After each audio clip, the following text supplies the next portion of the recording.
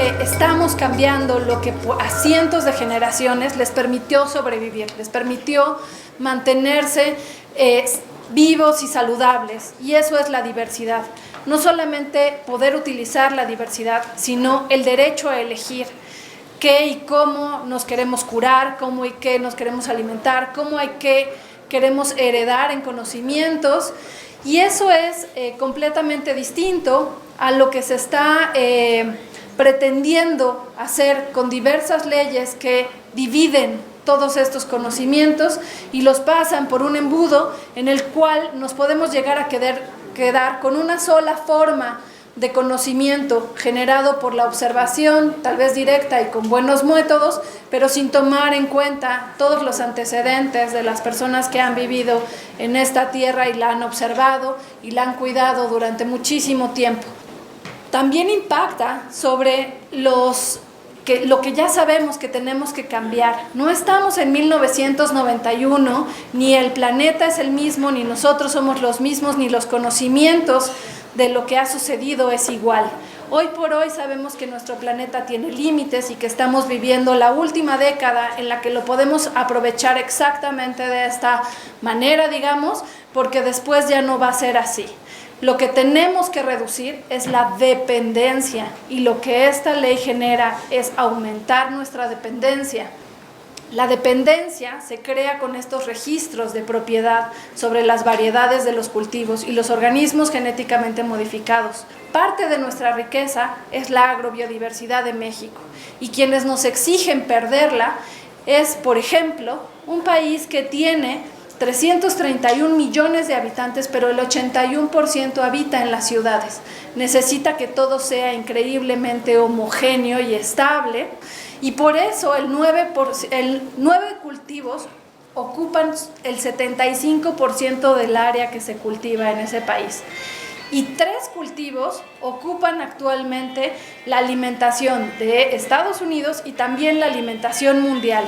Nosotros que hemos visto las milpas y que podemos imaginarnos nuestros platos que nos mostraba Pánfilo, por ejemplo, no podemos creer una alimentación basada solamente en 3 cultivos, ¿no? ¿Cómo podemos llegar ahí? Es claro, el camino para ser iguales es controlar a las personas, no controlar a las semillas, no controlar a las plantas. Ellas no van a seguir las reglas, son las personas a las que esta ley está controlando.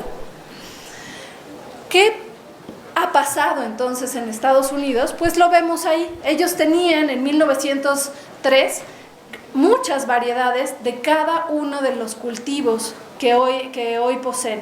Tenían 307, por ejemplo, variedades de maíz, ¿no?, que cultivaban y cosechaban. Sin embargo, hoy se han quedado en un mercado que principalmente se basa en 12. Nosotros podemos ver en esta parte un sistema de semillas que está basado en muchísimos lugares distintos, seleccionados por muchas personas con gustos, con necesidades distintas, ¿no? Y cada uno de esos va guardando la semilla, intercambiando la semilla y teniendo aspiraciones de mejorar y de hacer nuevas cosas con su campo, aprendiendo de los que lo antecedieron y viendo a la semilla como no como una mercancía, no como un objeto, sino como algo que representa la identidad, parte de la religión, parte de la cura, parte de la salud. Básicamente es su seguridad, es su herencia, es su identidad. Del otro lado del gráfico podemos ver un mercado creado en los últimos 60 años en donde las experiencias y lo que prometen no ha sido realmente probado, porque llevan en realidad mejorando para una sola condición especial en centros de investigación.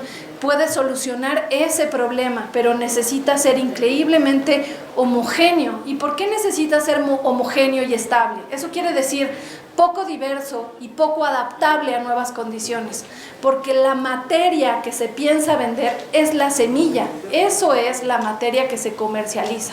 La semilla no significa para nada en todos esos lugares lo que significa para nuestro país. ¿Por qué no? Pues porque ellos se han apropiado de esta identidad. Ahora que se han apropiado de ello y que tienen todo el poder para lograr venderla, ¿no? Han logrado conquistar y colonizar todos estos mercados en muchísimos países, como ya hemos visto, y lo único que falta es que terminen colonizando nuestra diversidad para que nosotros tengamos que ver a nuestras semillas, cualquiera de ellas, las que sean parte de nuestro sistema, como una materia comercial, como dinero, con el único interés de satisfacer necesidades económicas de la generación presente, del señor o la señora que termina con esa patente.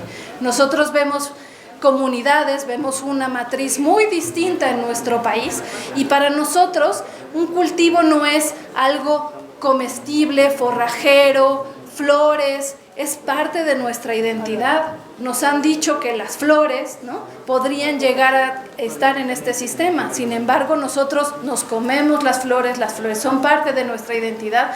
Y, por ejemplo, tenemos al cempasúchil, la Nochebuena, y nos dicen que solamente cultivos forrajeros, pero para el resto del mundo nuestro maíz es un forraje.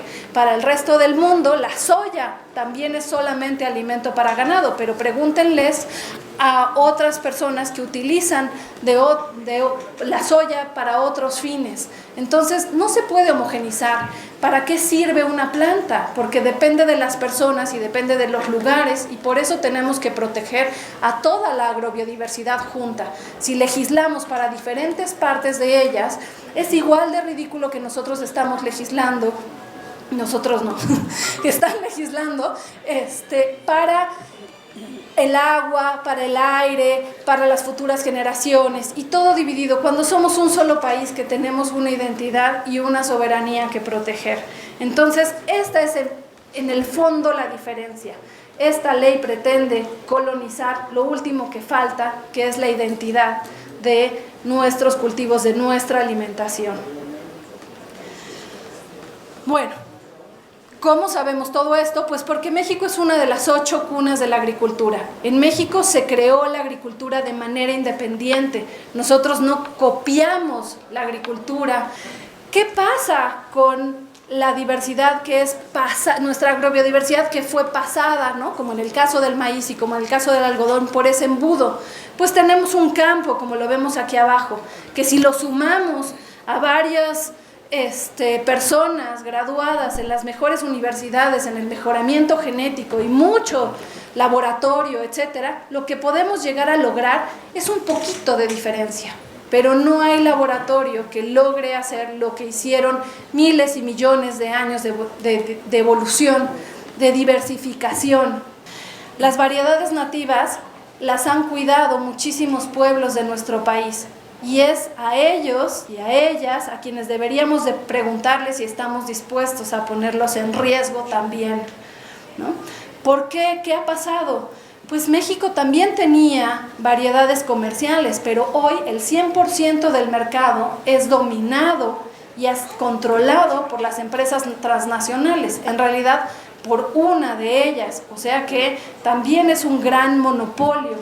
¿Qué pasó? ¿Por qué perdimos todas las variedades que había en este país? Pues por leyes como la que ahora se pretende, porque solamente benefician a las que pueden hablar este lenguaje del mejoramiento y tienen la gran maquinaria para convencer, para obligar, para controlar a las personas. Y entonces hoy por hoy tenemos 0 variedades mexicanas comerciales. Esto es lo que nos va a pasar con muchos otros cultivos. Ustedes conocen los mangos, los limones, ¿no? Bueno, pues esos también piensan que no son mexicanos, ¿no? El limón mexicano, pues entonces no son tomados como parte de nuestra diversidad y son tan buenos como la papaya, ¿no? Son cultivos que producen tanto dinero que son los primeros que van a ser controlados, incluso nuestras flores. ¿Qué consecuencias tuvo la siembra de transgénicos en el norte? ¿Qué consecuencias tiene la siembra de transgénicos de algodón en el norte? Pues que todas nuestras poblaciones silvestres hoy en día tienen un poquito de transgenes. Podemos encontrar todavía plantas sin transgenes, pero están ya presentes. ¿Por qué? Pues porque no entienden de leyes, ¿sí? ¿Quién le explica al polen y a la ardilla que se lleva la semilla? ¿Y quién le explica a la persona que esos recursos tienen otras reglas, que no puede aplicar su cultura. ¿Quién le explica al pájaro que no puede construir su nido con eso porque puede dañarlo? Los huracanes, el viento, todo termina dispersando. Por eso se formó la diversidad de nuestro país.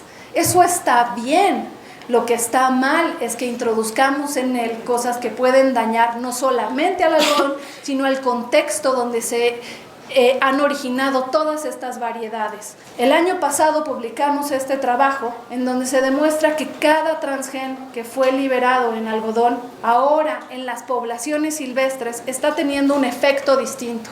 Hemos visto que nos dijeron que la resistencia a glifosato que estaba en las plantas solamente iba a ser un factor de selección cuando el glifosato estuviese presente, y sin embargo era mentira, porque las plantas, para poder defenderse del glifosato, tienen acelerada una vía metabólica. Entonces, cuando está el glifosato, en realidad es cuando mejor se comportan, pero estas plantas ahora tienen acelerados sus mecanismos y entonces tienen mayores consecuencias en el ambiente.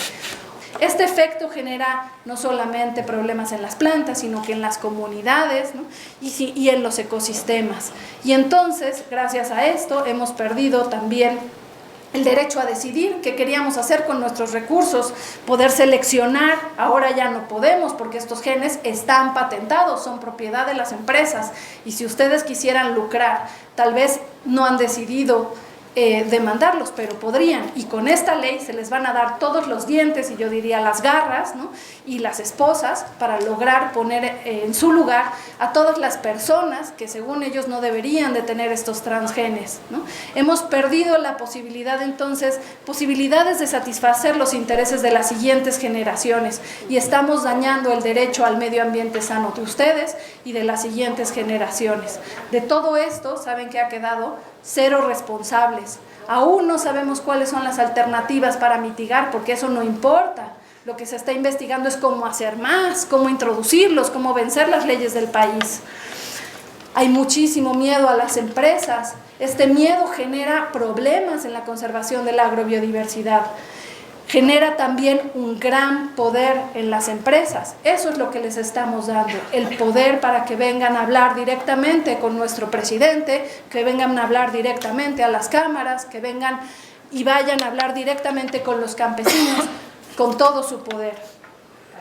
¿Cuál es la alternativa? Ya la sabíamos, es como hemos sobrevivido durante muchísimo tiempo. La gestión y la conservación de la biodiversidad ha permitido el uso de 7,000 de las 250,000 especies de plantas del mundo, no 3. Entonces, hace 25 años, la idea de cultivar transgénicos en su centro de origen, como es el caso del algodón y del maíz, nos condenó a todos nosotros a pagar estas consecuencias. Esto no es gratis, esto nos va a costar muy caro y nos está costando.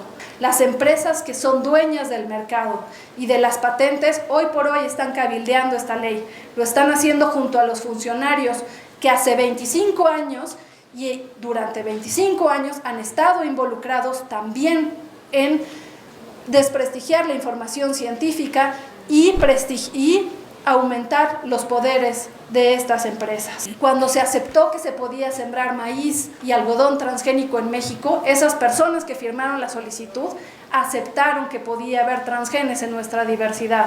No es una cosa inesperada que sucedió, lo aceptaron. ¿Cuál es el riesgo? Entonces pregunten a las personas que traten de convencerlos de la Ley Federal de Variedades Vegetales.